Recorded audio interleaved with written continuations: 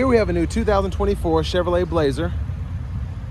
Now this Blazer comes in the RS trim level with front wheel drive. I love this black. This is just a standard black paint. And then we have the jet black with red accented leather interior. And our powertrain consists of a 3.6 liter naturally aspirated V6 engine that's made it to a 9-speed automatic transmission. So as we come around to the front end here, we do get our LED headlamps along with LED daytime running lights. And I love that look there. Just fantastic, just beautiful, stunning, aggressive, all that at the same time. Sorry for the glare of the sun, but just love all the accents. I love this kind of mirror galvanized finish there. Just ran through the car wash. Got these beautiful 21-inch aluminum wheels. And I've always liked the 21s on the Blazers. It just makes it look like, look at that stance there. I just love that. Now we do get passive keyless entry on all 4 doors. And then we have power door lock controls here. Memory seat functions, just hit set, hit the number you want to set it to, and then a recall, just click one of the numbers. Blind spot monitors in our mirrors. Power mirror controls are here. You can turn those on or off and adjust using the dial. Rear window lock there. And then we do have one-touch automatic up and down for the driver's side window, and then express down for the other 3. And then our power liftgate control here. 8-speaker Bose sound system, bottle holder, additional storage. Electronic parking brake, press to engage, hit the brake, press it again to disengage. Headlamp controls, power tilt and telescoping steering wheel. And then there we have our 8-way power driver's seat with 2-way power lumbar support. Again, sorry for the glare there. But I just love how the red stitching goes there, and then you kind of have the red perforation in the black leather. It just looks so cool. But huge shout out to Chevrolet Buick GMC of Murfreesboro for letting me review this Blazer today. I'm gonna zoom in just so y'all can see the options on the RS here. And stickers right at $47,840, which is not bad at all in my opinion, especially to what some of the older years cost. So I'm glad they've kind of kept this around the same price point, maybe even a little bit better than prior years. But we do have tint back here. I'm gonna roll this window down. Seat back pockets on both sides.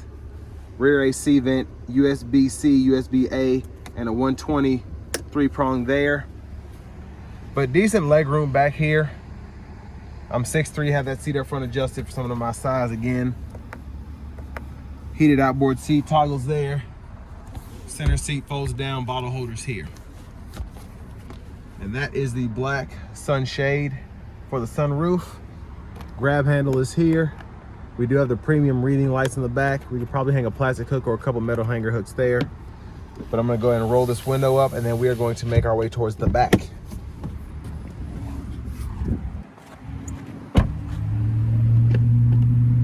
Fuel fillers here. And I love the new design, just how that tail light looks there. I'm sure it's not cheap to replace it, but it looks so good. Now, one thing I've noticed about this is it is very hard to wash just how this is made here. So I probably just need to take a towel over that where the water spots are, but for the most part, cleans up very nicely in this black. Cargo space here. Spares right underneath there, pretty easy to get to. Side pockets on either side is great.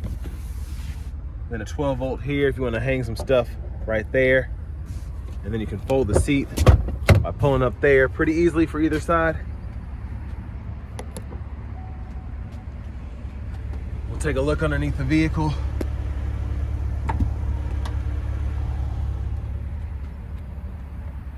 But I just love the design inside and out of this Blazer. So that's how the seat looks folded flat. And then pretty easy to put it back into place. You can also just pull up here to fold that seat flat if you don't want to do it from the back there.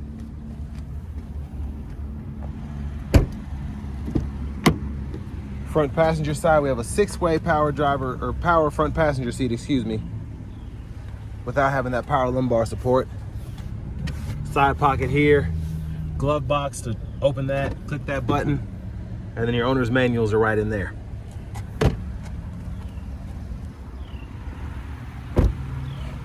Now as we come back around to the front here, did I pop the hood? I did not. So let me come back around here. I apologize for that. We'll hit that latch right there. And we'll go ahead and take a look at this 3.6 liter V6. So there it is there in all its glory. And then again, latch is there if you didn't see me open it. Like how that shuts, very easy to do. But let's go ahead and take a quick look at the interior.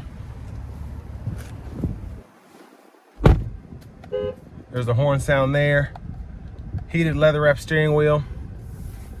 Now to the radio, we do get AM, FM, XM along with Bluetooth audio. We have wireless Apple CarPlay, Android Auto compatibility as well. Navigation systems here. And that is built in, which is great. But we can still see traffic patterns, type in an address, to use voice recognition. We can find shortcuts, fuel, food, all of that there. And then we do have a built-in Wi-Fi hotspot. Settings here. We can change time, date, language. And all of our apps are in here. And all of our vehicle settings are here, including team driver, valet mode, and then the rear seat reminder. And then we do get dual zone automatic climate controls, which we can use either on the screen or the buttons and knobs down below. And to adjust temperature for the driver front passenger, you just use these knobs here, and then fan speeds adjusted here.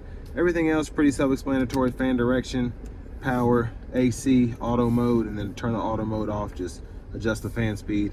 And then our 3-stage heated cool front seats. Buttons are on the outboard sides on either side there. Hazards, auto stop toggle, volume knob, click there to mute, hold it to power down. The glove box button again, traction control toggle.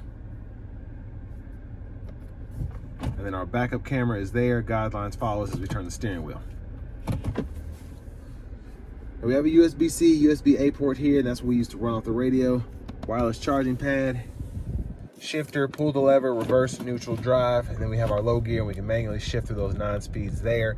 And it'll show you what gear you're in the bottom left-hand corner of that gauge cluster there. And then parking sensors toggle. We do get lane keep assist with lane departure. And then 3 drive modes, Tour, Snow and Ice, and then we have the Sport mode there. And then center console cubby space. We have a USB-C, USB-A port, and then that green sticker is covering the SD card reader for the navigation. And then we have a 12 volt right in there. But that's with the sunshade all the way back. We can tilt, one touch, or slide right there. All of the controls for that are there, as well as the universal home remote. So that is one touch, and then hit it a second time, it goes all the way behind the second row skylight. So that's pretty good to have that much space where the roof is actually open. And there's a view of the back seat from up here. Sunglasses holder, OnStar, vanity mirror. I like the lights there. Now back up front, blinkers are here. When the headlamps are on, high beam toggles there, and then you can flash here. Auto high beams, when you're in auto mode, you can toggle those on or off there. And then windshield wiper controls, one time off, intermittent, low, high. We can adjust the intermittents here, and then we have our rear wiper here, and then pull back for the rear wiper fluid, push up for the front wiper fluid. I would have liked to have seen the rain sense wipers on this, but it might be optional, I'm not sure. But cruise control can be activated here. That's just standard, cancel. And then we can set resume. Gap adjust for the forward collision alerts here. And then we do have our voice recognition, Bluetooth. That's a mute button as well. And then we can go through our gauge cluster here. So I'm on the info page there, so I can see tire pressure, air filter, oil life, all that. And then if I go left and go down to the options, I can change my units from US to metric.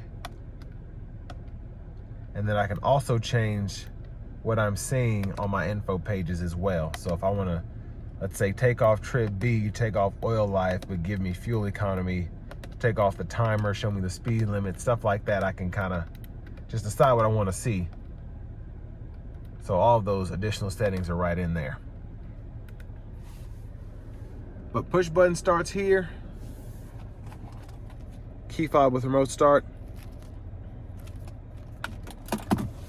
And next it's time to take this 2024 Chevy Blazer RS out on the road for a test drive.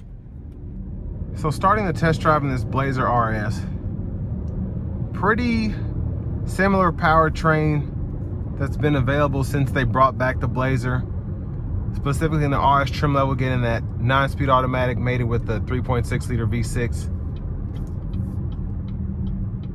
Still plenty of power, just no turbocharger. But I'd like to see a Blazer SS model. And I might have said this before in previous reviews of different trim levels. I would love to see a turbocharged V6 or a V8 option in one of these. It would just be cool to see. This has pretty good power for a Blazer. I should say for the Blazer. The 2-liter turbos are a pretty good option too. The 2.5 that they offered when these first came out, the 4-cylinder, didn't like that at all.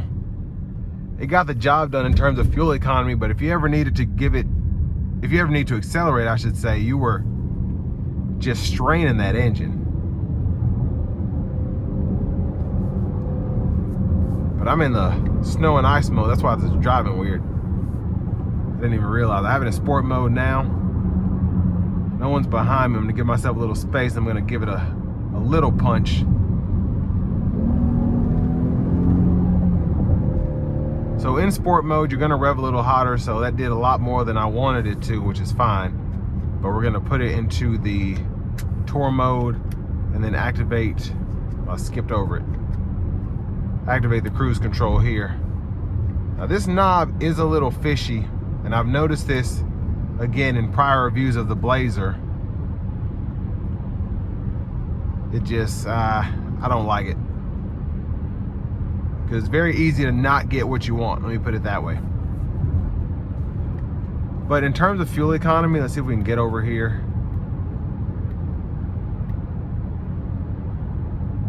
That's showing us what we're getting. And then our instant fuel economy is right at 46 miles per gallon as we go downhill here. But I expect you to get a little bit better than the numbers the EPA quotes for this, especially on longer journeys where maybe you're around 65, 70 miles an hour, especially around 55 or 60 if you're taking a 2-lane highway. You'll definitely see better fuel economy numbers. But I like how this drives, just from the gas pedal feel, the brake pedal feel especially, and just the steering. Now there's tons of competition when it comes to the 2-row SUV space. The biggest ones I think are going to be the Nissan Murano, the Toyota Venza, and then the Ford Edge especially. I feel like that was I feel like the Ford Edge is what I think about from 07 to probably, heck, I guess 2020 when this first came out. That was really the big 2-row SUV that could push the limits in terms of a monthly payment if you had it spec'd out enough, especially with the ST trim. And that's kind of where this Blazer kind of comes into play, in my opinion. Just the size, what's offered, and just what it's meant to do. You have a naturally aspirated V6 for the most part. That's not meant to get super great gas mileage. It's just meant to get about average. So around 24, 25, 26 miles per gallon highway. And of course, the Ford Edge has since basically tried to take away from the V6 and just put a turbo 4 in everything, including the ST. Whereas you still have a 2-liter turbo 4 for the Blazer, and then the V6 for the higher trims. But again, that's why I kind of want to see a V8. I want to see something to compete with the Edge ST, because that's still kind of a performance beast compared to this V6 here. But especially for this price point, how this one's equipped, 48,000 or under 48,000 is pretty good. Very good, I think. just compared to what you would get out of a Ford Edge. And then the Venza and the Murano really just don't compare, I think, in that aspect, even though they're both two-row SUVs that are meant to be a non-mom car. I feel like the Blazer and the Edge, they just have more of a presence to them. They're meant to be like a small, I guess a mid-sized SUV hot rod. But this will bring me to the end of my review of this 2024 Chevrolet Blazer in the RS trim level.